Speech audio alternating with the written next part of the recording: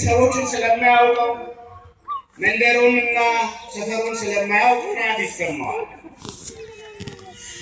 ወደምናውቀው መንደር ስንሄድ ግን ደስታ ይሰማናል። ወደምናውቀው ሰው ስንሄድ ግን ገና ሰውየውን ሳናየውና ሳናገኘው ሰውየው ፊት ላይ የበራ ብርሃን ይታየናል። ስለዚህ ጌታችን መድኃኒታችን ኢየሱስ ክርስቶስ ይህን ቃል የተናገረበት ዋናው ምክንያት በሃይማኖት ጸንተው እንዲኖሩ ደቀ መዛሙርቱ በሃይማኖት ምክንያት የሚመጣባቸውን ፈተና አስቀድመው እንዲያውቁ፣ በሃይማኖት ምክንያት የሚመጣባቸውን ፈተና አስቀድመው ምን እንዲሉ እንዲያውቁ። ዛሬ ፈተናዎች ሁሉ እንባ የሚያስነቡ አዳዲስና እንግዳ የሚሆኑብን እንድንደነግጥና ክርስቲያን መሆን ልክ ነው ወይስ ልክ አይደለም ብለን ራሳችንን ወደኋላ ለመመለስ ወደኋላ ለመሸሽና ለማፈግፈግ እስከምንጨነቅ ድረስ የምንደርሰው በሃይማኖታችን ክርስቲያን በመሆናችን በስመ ሥላሴ በመጠራታችን የእግዚአብሔርን ስም በማንሳታችን ምክንያት ምን ሊመጣ እንደሚችል ባለማወቃችን። ስለዚህ ጌታችን መድኃኒታችን ኢየሱስ ክርስቶስ ለደቀ መዛሙርቱ መጀመሪያ 3 የተስፋ ቃሎችን ነገራቸው። እንደገና ደግሞ የሚሆንባቸውንና የሚያጋጥማቸውን ደግሞ 3 ፈተናዎች ነገራቸው። 3 የተስፋ ቃሎች፣ 3 ደግሞ ፈተናዎች ነገራቸው። የመጀመሪያው የተስፋ ቃል እንዳትሰናከሉ ይህን እነግራችኋለሁ ከማለቱ አስቀድሞ በዚሁ በዮሐንስ ወንጌል ምዕራፍ 15 ላይ መጀመሪያ የነገራቸው የተስፋ ቃል ምን የሚል መሰላችሁ? እኔ አልተዋችሁም የሚል። እኔ ምን አልላችሁ? እኔ ምን አልላችሁ? እኔ አልተዋችሁም የሚል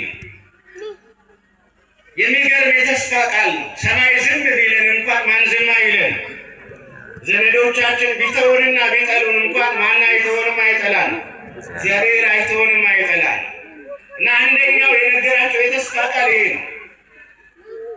ወይ ያድገክሙ ከመ ትኩኑ እጓለ እማውታ፣ አባት የሌላቸው ወላጅ የሌላቸው አሳዳጊ የሌላቸው ረዳት የሌላቸው ጠባቂ የሌላቸው መጋቢ የሌላቸው አልባስ የሌላቸው አጉራሽ የሌላቸው ማደሪያ የሚሰጣቸው በቤት ውስጥ የሚያሳርፋቸው አባት የሌላቸው የሙታን ልጆች እንድትባሉ እኔ ምን አልላችሁም ማለት አልተዋችሁም። የሥጋ ወላጆቻችሁን አባቶቻችሁ ቢተዋችሁም እንኳን እኔ ምን አልላችሁም አልተዋችሁም። ስለዚህ የመጀመሪያው የነገራቸው የተስፋ ቃል ይሄንን የእኛን የሃይማኖታችንና የክርስትናችን ጉልበት ይሄ ሁሉም ፊቱን ቢያዞርብን የማን ፊት ይበራልናል? የእግዚአብሔር ፊት ይበራልናል ብለን አምነን ወደ ማን እንመጣለን? ወደ እግዚአብሔር እንመጣለን። የተሰማራንባቸው የሥጋ ገበያዎች ኪሳራ በኪሳራ ሲያደርጉ ወደ ማን እንመጣለን? ወደ እግዚአብሔር እንመጣለን። ደስታ እናገኛለን ብለን ሄደን ሌሊቱን በጭፈራ ያነጋንባቸው ቤቶች በሩን ሲዘጉብን ወደ ማን እንመጣለን? ወደ እግዚአብሔር እንመጣለን። በስካር፣ በመጠጥ፣ በዘፈን፣ በዳንስ፣ በውዝዋዜ ደስታ የሚገኝ እርካታ የሚገኝ መስሎ ራሳችንን ሰውነታችንን የእግዚአብሔር ቤተ መቅደስ የሆነውን አካላችንን ያቆሸሽንበት ስፍራ ላይ እንደ ቆሻሻ ስንጠረግ ማን ይቀበለናል? እግዚአብሔር ይቀበለናል። አንተማ የኔ ልጅ ነህ ብሎ ማን ይቀበለናል? እግዚአብሔር ይቀበለናል። እንኳን ደህና መጣህ ብሎ ማን ይቀበለናል? እግዚአብሔር ይቀበለናል። ታስታውሳላችሁ አይደለ? በሉቃስ ወንጌል ላይ ስለ 2 ልጆች የሚተረከውን ታውቃላችሁ አይደለ? አንደኛው ታላቅ፣ አንደኛው ታናሽ። ታላቁ በአባቱ ቤት መስራትን በደስታ የተቀበለ ነው። ታናሹ ግን በአባቱ ቤት መስራትን በደስታ አልተቀበለም። እናም አባቴ ሆይ ከአንተ ከአባቴ የሚገባኝንና የሚደርሰኝን ድርሻ ሰጠኝ ብሎ አባቱን ግድ አለ። አባቱን ድርሻ ሰጠው። ድርሻውን ይዞ ወጣ። ከዛ በኋላ ከአመንዝሮችና ከጋለሞቶች ጋር ድርሻውን በላ፣ ጠጣ። ከዛ ምን አለ? ጨረሰ። በተሰደደበትና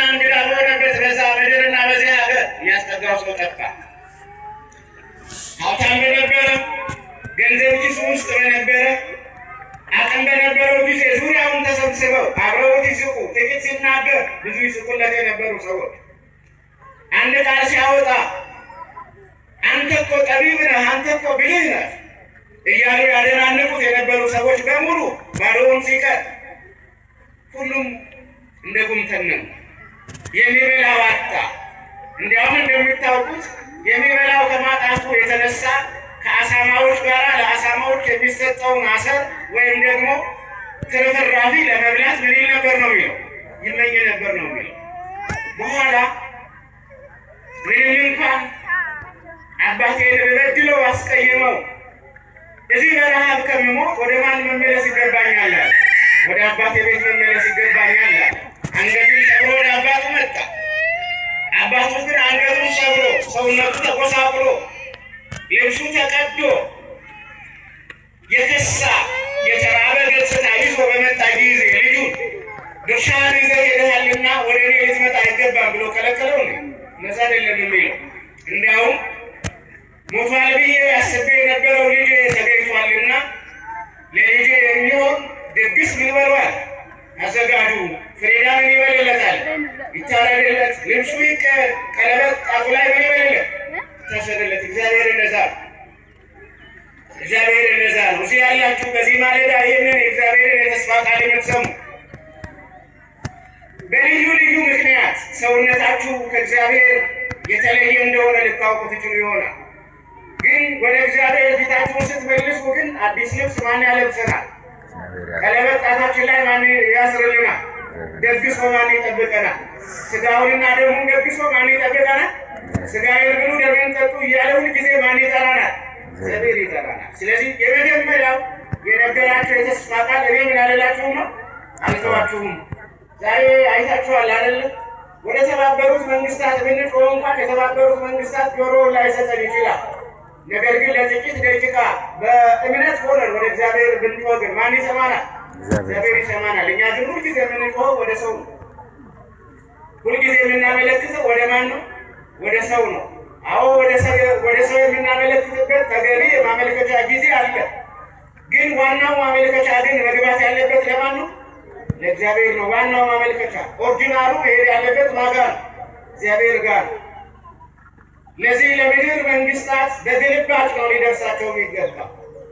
ዋናው ማመልከቻ እግዚአብሔር ጋር ከገባ እግዚአብሔር በዋናው ማመልከቻ ላይ ፈጥኖ ይፈጸም ብሎ ይመራበታል። ያን ጊዜ ጠላቶቻችን አንገታቸውን ይደፋሉ። እግዚአብሔር አብሮን እንዳለ ያውቃሉ። ታማኙ አምላክ ከእኛ ጋር እንደሆነ መረዳት ይችላል። ስለዚህ የመጀመሪያው ማን አይቶንም ነው? ማን አይቶንም? ሁላችሁም ተናገሩት። ማን አይቶንም? ብንቆሽሽም እንኳን ማን ትቶን አይሄድም። ኃጢአታችን እንደ ተራራ ቢበዛ እንኳን በምህረቱ ኃጢአታችንን ለመናድ ማን ትቶን አይሄድም? እግዚአብሔር ትቶን አይሄድም። አደራችሁን ተስፋ እንዳትቆርጡ ክርስቲያኖች፣ ተስፋ እንዳትቆርጡ። እግዚአብሔር እኔን አይፈልገኝም የሚል ስሜት ሰይጣን በልባችሁ